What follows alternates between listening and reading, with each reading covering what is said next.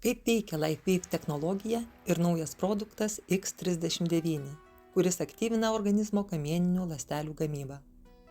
Susidomėjimas šio produktu auga. Daugelis jau yra girdėję apie šį atradimą, žino apie kamieninės ląsteles ir domisi, kaip ši technologija iš tikrųjų veikia, kokie moksliniai atradimai slypi už šio produkto ir kokie tyrimai patvirtina jo veiksmingumą ir ar iš tikrųjų veikia.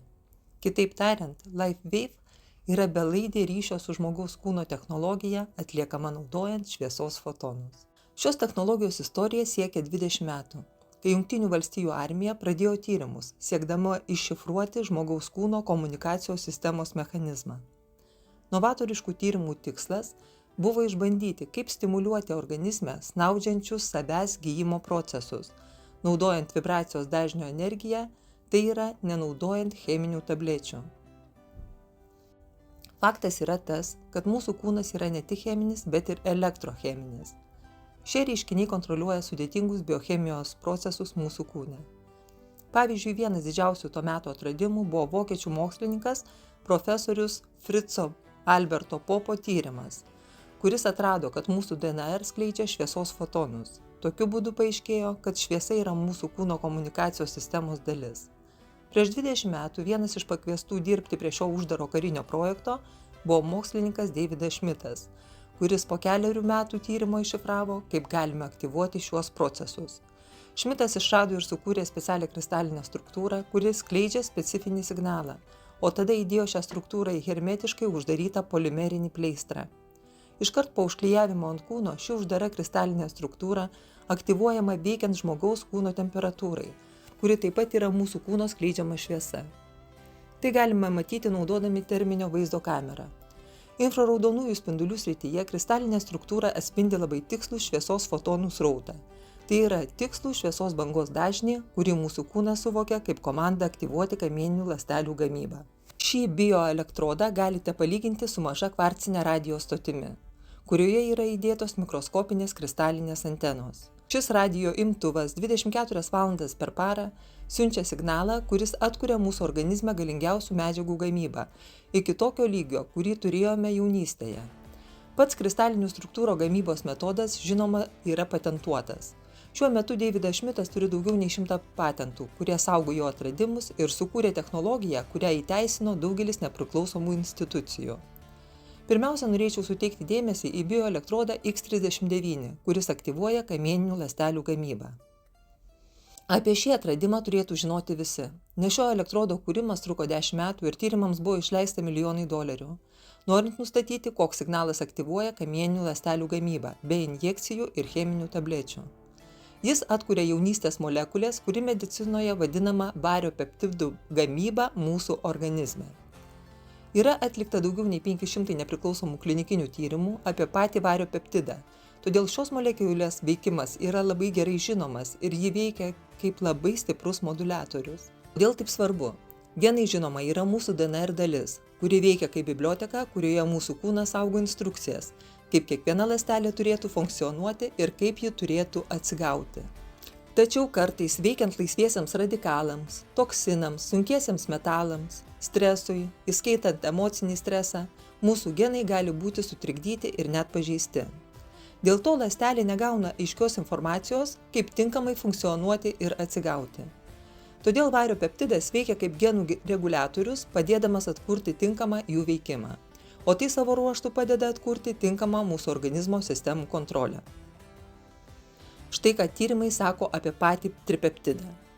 Jis pagreitina gijimą, mažina uždegimą, reguliuoja genus kontroliuojančių skausmo mažinimą, skatina ilgalaikę apsaugą nuo vėžio, spartina kolageno gamybą, stimuliuoja plaukų augimą, veikia tinkamą smegenų ir nervų sistemos veikimą, padeda atkurti kraujotakos sistemą, veikia virškinimo sistemą, įskaitant gleivinės ir žarnyno atkūrimą, stiprina mūsų imuninę sistemą ir daug daugiau.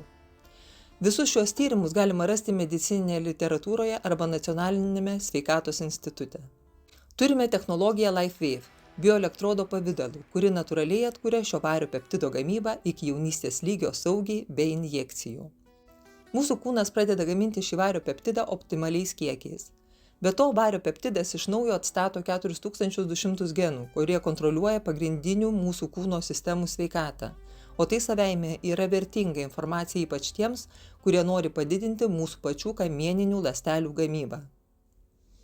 Taigi, kas yra kamieninės ląstelės? Tai iš esmės universalios mūsų kūno ląstelės, turinčios nuostabų gebėjimą virsti bet kuria funkcinė mūsų kūno ląstele. O kartais kamieninės ląstelės vadinamos embrioninėmis ląstelėmis. Nes kai mūsų kūnas susiformuoja kaip embrionas, jį sudaro tik kamieninės ląstelės. Kaip mūsų kūne formuojasi kamieninės ląstelės? Jos yra natūrali mūsų kūno regeneracijos sistema. Kai funkcinės ląstelės susidėvi arba yra pažeistos, kamieninės ląstelės jas pašalina iš sistemos ir virsta nauja sveika funkcinė ląstele. Tačiau problema ta, kad su amžiumi šis natūralus ryšio signalas vis silpnėja. Mūsų kūnas tampa mažiau aktyvus, pradeda gaminti vis mažiau kamieninių ląstelių. Tam tikrų momentų susidaro situacija, kai mūsų kūno senėjimo procesas pradeda vykti greičiau, nei kūnas spėja pakeisti pažeistas funkcinės ląsteles. Daugumai žmonių tai prasideda maždaug nuo 30 metų amžiaus, nes šiame etape mūsų kūnas jau pagamina 50% mažiau kamieninių ląstelių nei jaunystėje. Todėl, kai pradeda atsirasti pirmosios raukšlės, regeneracijos procesas sulėtėja, o kamieninių ląstelių lygis sumažėja vidutiniškai 10% kas 10 metų. 60 mums lieka tik 10–20% palyginti su tuo, kiek turėjome jaunystėje. Tačiau gera žinia ta, kad padidinus aktyvių kamieninių ląstelių skaičių, mūsų genai pradės greičiau atsigauti ir galėsime sustabdyti senėjimo procesą. Štai kodėl medicinos bendruomenė dabar taip domisi kamieninėmis ląstelėmis, nes jų atradimas suteikia galimybę atkurti sveikatą tiems, kurie sirgo neišgydomomis ligomis. Taigi, kaip galime padidinti kamieninių ląstelių kiekį savo kūne? Iki šiol prieinami metodai buvo tokie, kad gydytojai iš mūsų kraujo plazmos arba kaulų čiulpų išgaudavo kamieninės ląsteles, o tada suleisdavo į pažeistas vietas, tai bandydami pagreitinti pažeistų audinių regeneracijos procesą. Tačiau šiuo atveju vis tiek gaunamos senos ląstelės, nes su amžiumi mūsų kamieninės ląstelės taip pat sensta ir tampa mažiau aktyvios. Jų skaičius kūne nepadidinamas, o tik keičiamos vietoj tų, kurioms reikia regeneracijos. Antras žinomas metodas yra išgauti kamieninės ląsteles iš naujagimio virkštelės. Tačiau tai susijęs su visiškai kita problemų kategorija, ne tik etinė, bet ir su rizika, nes tai kito žmogaus genetinė medžiaga su skirtinga DNR, o tai gali sukelti įvairių šalutinių poveikių. Davidas Šmitas nusprendė panaudoti savo technologiją, kad išsiaiškintų, kaip signalas ne tik padidintų ląstelių gamybą mūsų kūne, bet ir suaktyvintų senas kamieninės ląsteles į jaunas, sveikas ir aktyves. Dėl to mūsų kūnas pradėtų pažeistas ląsteles keisti naujomis. Tačiau pirmiausia, tai būtų sveikos ir jaunos ląstelės. Tokios ląstelės pradėtų formuoti jaunus ir sveikus audinius, kurdamos jaunus ir sveikus organus. Kalbame apie technologiją, kuri ne tik pagreitins sveikatą ir sulėtins senėjimo procesą, bet ir tiesioginė prasme pakeis mūsų biologinius bruožus. Taip pat nuostabu, kad X39 bioelektroduose padidinus vario peptido kiekį mūsų atveju taip pat padidėja kolageno gamyba. Dauguma žmonių jau per pirmuosius 3 mėnesius pradeda pastebėti odos švytėjimą, pigmentinių dėmių sumažėjimą, senatvinių raukšlių sumažėjimą, o ypač randų po traumų ir operacijų greitą gijimą. Taip pat labai įspūdingas poveikis dantenų uždegimo gydymui, tiems, kuriuos kamuoja paradentozė, venų varikozės gydymui, plaukų augimui nereikalingas persodimas ar transplantacija, artritui ir artrozės gydymui, menopauzės metu, kai atsiranda šlapimo nelaikymas, odos ligos įskaitant žvynelinę, egzemai ir kitų įvairių alergijų gydymui, dimensija, Alzheimeris ir kiti galvos smegenų sutrikimai, akių ligos kaip glaukoma, o taip pat ženkliai pagerėja klausa. Ypatingas dėmesys skiriamas širdies nepakankamumui, širdies kraujagyslių ligoms bei širdies ritmo atstatymui, o taip pat endokrininių ligų, tokių kaip cukraligė, skydliaukė, antinksčių nepakankamumas ir dar daug vis naujų rezultatų. Kamieninės ląstelės taip pat pradeda keisti odos ląsteles naujomis sveikomis ląstelėmis. Tai reikia kasdien priklijuoti tokį bioelektrodo pleistrą, nuimti jį nakčiai, o kitą dieną priklijuoti naują. Įmonės atliktas tyrimas su X39 parodė, kad per 6 mėnesius širdies kraujagyslių sistemos amžius gali pailgėti daugiau nei 8 metais.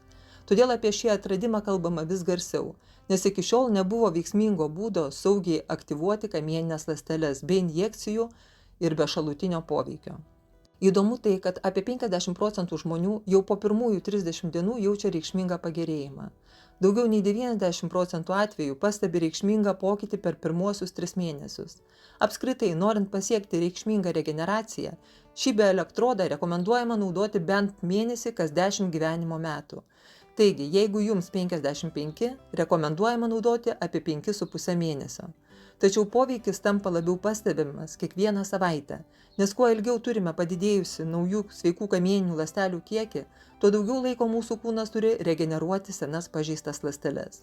Taip veikia LifeWave technologija ir bioelektrodas X39. Jei pirmą kartą girdite, žinau, kad tai gali skambėti kaip mokslinė fantastika, bet tai tikrai veikia ir svarbu patiems tuo įsitikinti. Nes ši technologija pagrįsta naujausiais moksliniais tyrimais. Ji buvo kruopščiai ištirta, yra saugi ir turi daugiau nei 100 patentų. Atminkite, kad galite jį išbandyti visiškai be rizikos.